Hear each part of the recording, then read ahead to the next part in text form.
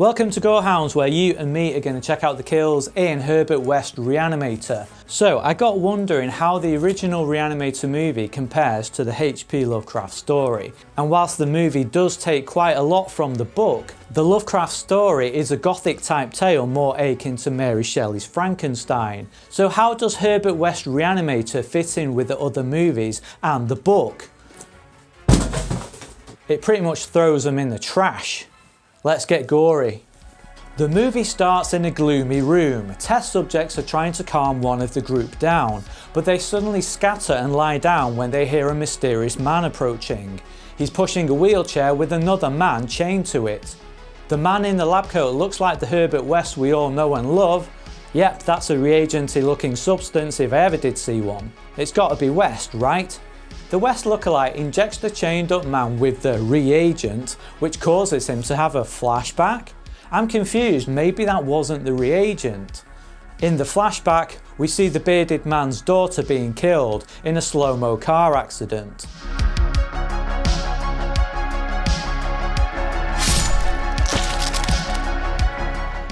Straight off the bat, you can sort of figure out that there's going to be none of the black comedy elements of the previous movies here. Well, nothing that I could make out anyway. The film presents itself as super serious, which is fine as I'm a fan of horror either way. I thought this bit was pretty funny though. After the accident, the man preserves his daughter in ice and sets about doing science. He then uses a strange substance on his dead daughter, who comes back to life in the wild and aggressive style we've seen in previous movies.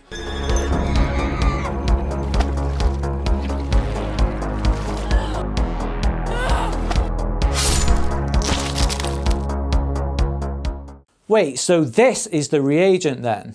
After the kill, the man gets a gun and brings her back to life again.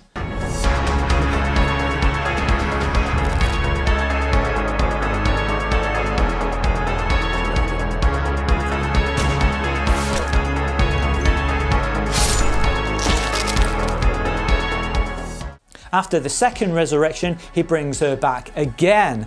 Damn, this girl's had more reagent than Dr. Hill on a bender.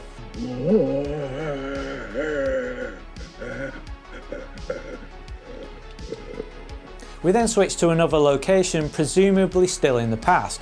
Hey, still in black and white. The man reanimates another subject that promptly attacks him, but is quickly subdued by a gunshot to the chest. The subject cryptically tells the man that she saw his daughter Eleanor in the darkness. Don't shoot the messenger.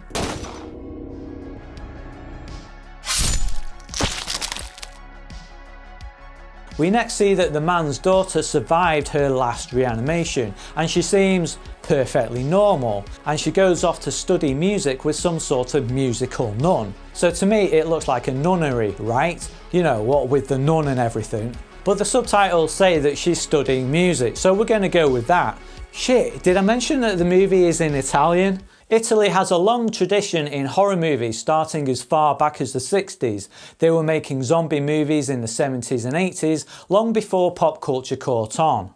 And although the industry sort of collapsed at the tail end of the 80s, it wasn't before releasing such fucking awesomeness like Demons. Herbert West Re-animator is directed by Yvonne Zuccon, who's considered one of the main exponents of a new wave of Italian horror cinema. So here's hoping one day the Italians can reclaim their bloody crown of gory splatterfests. Back to the lab again, this time in amazing Technicolor. The man proclaims that, after a lifetime of study, West finally defeats death. Wait, so this guy is West then? Well, who the hell was that guy at the beginning in the lab coat? So, real West goes on to lament that his experiments bring people back from the dead, but without a soul. He theorizes that his reagent worked best on his daughter Eleanor because she was pure and innocent. West, enraged that his reagent is imperfect, turns it on himself.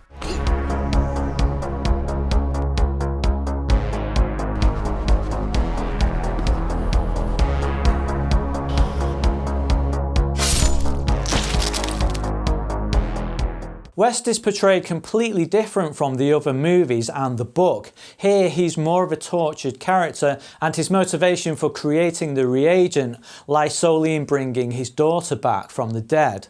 West claims he's acting in Eleanor's best interest, but the film explores that maybe West is in fact acting with his own interest at heart to save himself from the pain of losing a loved one. In that respect, there's a little bit more depth to his character compared to classic West, but I don't know whether it's having to read the subtitles or not, but I really didn't warm to this interpretation of Herbert West. I mean, I'm definitely team Jeffrey Combs on this one. How about you? In Death, we see West's spirits emerge in a strange, dark place, but he isn't there too long before being reanimated himself. I hope nobody mistakes that jug of reagent for vegetable stock. Okay, so now we're getting somewhere. We finally know that this guy is West, which kind of helps. We also know that his daughter Eleanor is a reanimated dead that's living a relatively normal life. And that's where we pick up from. Eleanor's with a friend at a cafe. She starts to get agitated, so heads off to the bathroom, where another woman is occupying the toilet.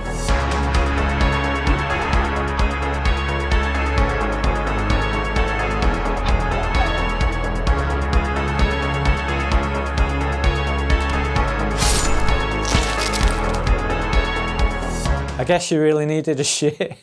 After the kill, Eleanor heads home to try and win the world's best roommate award by practicing the violin. Hey, I guess it was a music school she went to after all. Not content with making a load of screechy noise, Eleanor bangs on her roommate's door, you know, just in case she wasn't being loud enough with the violin.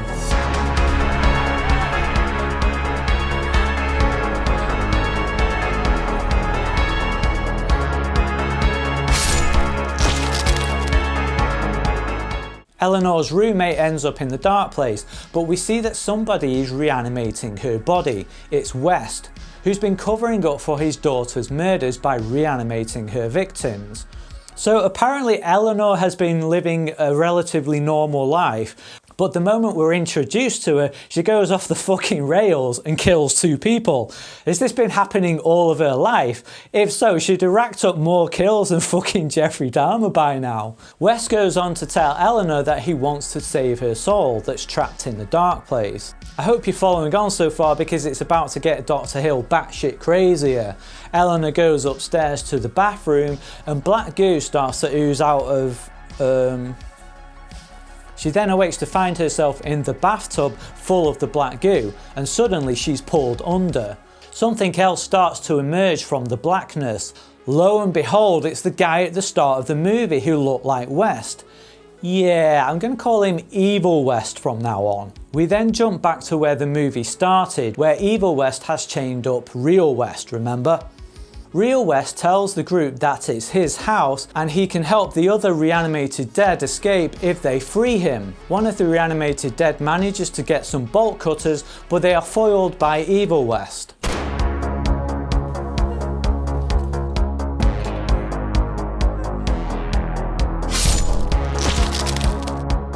The rest of the reanimated dead test subjects fall in line, and Evil West pumps them with more juice, and pumps Real West with some red juice. That seems to make everybody freak out and trigger a flashback. What is it with the flashback juice? In the flashback, we see that a woman, Elizabeth, is the one that killed West's daughter in the car accident. She's overcome with guilt and commits suicide.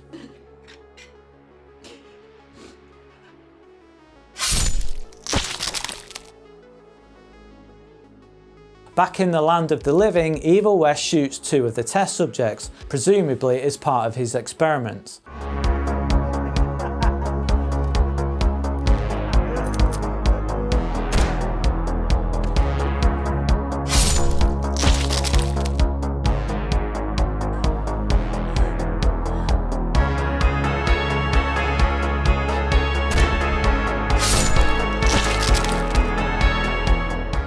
And another test subject tears out her own eyes.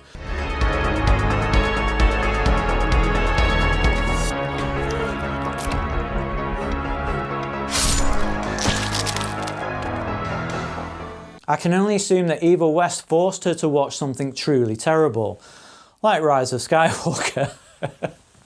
Elizabeth is left alive and Evil West wakes her up and carries her off. Next, Real West finds himself at a table with a gun, a nice glass of vino and Elizabeth. I wonder if he's still pissed at her for the car accident.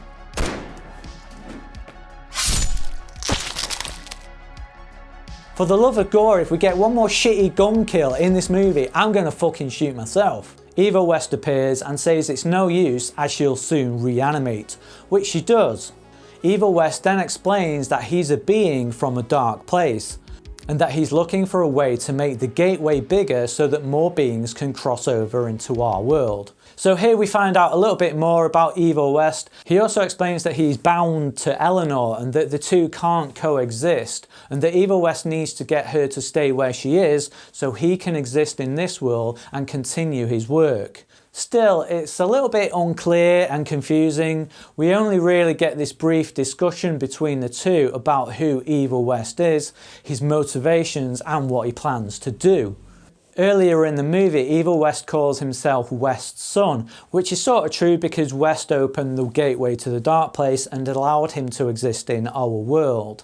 Finally, Evil West's appearance is actually a homage to the classic West look we all know and love. But it's confusing as fuck, and I don't know if I was being especially dense or not, but I spent a good 2/3 of the film thinking that he was the real Herbert West. Real West unloads the gun in Evil West, which takes him down, but Evil West can't die. He won't stay down for long, so Elizabeth stabs the shit out of him. And Real West pumps him full of tranquilizers, but Evil West awakens before the drugs take hold.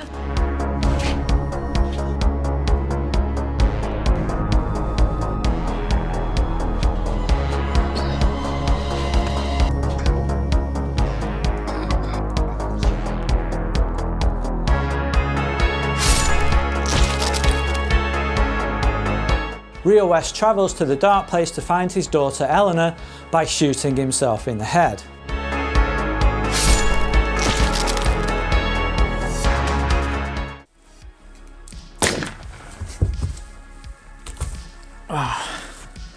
It's a bit fucking extreme, but it's quicker than waiting for the bus, I guess. West has 3 minutes to find Eleanor in the dark place before he reanimates again. Soon enough though, West encounters the soul of one of the reanimated dead, and she explains to him why they come back to life so damaged. It's not in fact because they lose their soul, as West previously thought. It's because they are driven crazy by the things they see in the dark place. I mean, I can't see much of fucking anything, but we'll take her word for it. Real West picks up a green lantern. It doesn't give him superpowers, but at least it helps light the way, which is kind of the most you can hope for from a lantern, really. With it, he finds a bath, because why not? And on the floor is Eleanor, who claws her way out of yucky black slime. Suddenly, a smoke tornado appears, and West covers his and Eleanor's eyes, now knowing that the dark place will send you crazy. West and Eleanor run towards the bath, which is a gateway to the land of the clean. Eleanor jumps in first and gets away from the smoke. West destroys the gateway by tipping the bath up and letting all the dirty bath water out. West now has to outrun the smoke until he reanimates, but finds himself facing a wall of black water in a cool visual. The wall towers over West with tendrils reaching out. A drop enters his mouth, and that's the last we see of Real West. Did he reanimate? I think so, and we'll discuss this later. Buckle up, gorehounds, things get weirder still. We then open on a strange world. Eleanor climbs out of the bathtub and is thirsty for water. She finds a small stream, but it's undrinkable salt water. She then comes across a figure dressed in black. Holy shit, it's the Grim Reaper from Bill and Ted's Bogus Journey. Whoa. Most excellent. She makes a trade for some water. Most triumphant. But then Evil West appears. Bogus. Now's a good time to talk about the budget of the movie. It's pretty low. And I hate to rail on a movie for an issue like this. I mean, when we've not got any money, we've not got any money. It is what it is, but honestly, any mask from Slipknot would have been more effective than this fucking idiot. I think maybe they could have prioritised funds a bit differently. The digital gun sparks and smoke effects are really naff. I mean, how hard would it have been to have someone blow some vape smoke down the barrel or something? And if you need to hire a firearms specialist, then maybe cut down on one of the reanimated dead actors to compensate. I mean, they don't really do fucking anything anyway. The movie has some weird experimental freeze frame shots in some scenes. No, that's not me pausing the action, it's actually in the movie this way. I'm sure the intended effect was to be disturbing, but it comes across as more what the fuck than it does oh my god. There's also an odd lack of establishing shots, which doesn't help with the movie's flow, especially as it likes to flit around to different time periods and locations faster than Doctor fucking Who on cocaine. Eleanor makes a run for it back to the bath, but Evil West catches up. Eleanor manages to pull the bath over her, which appears to save her, and she waits until the sun goes down.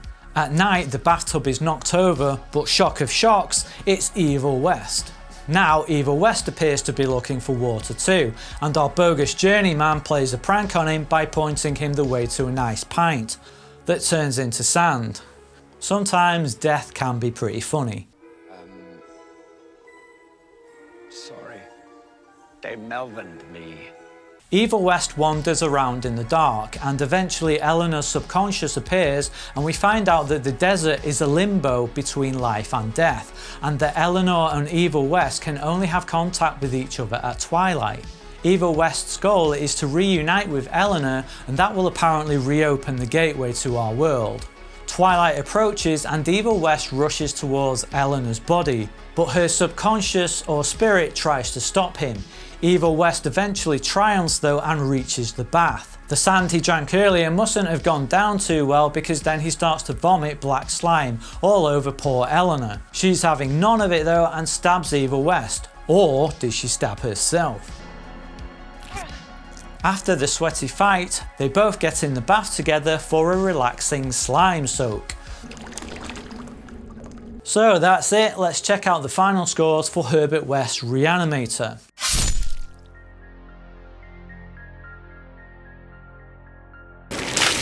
Well, no surprises on the gore score. Although the kill count was quite high, the kills are all hella brief and mostly consist of gun kills.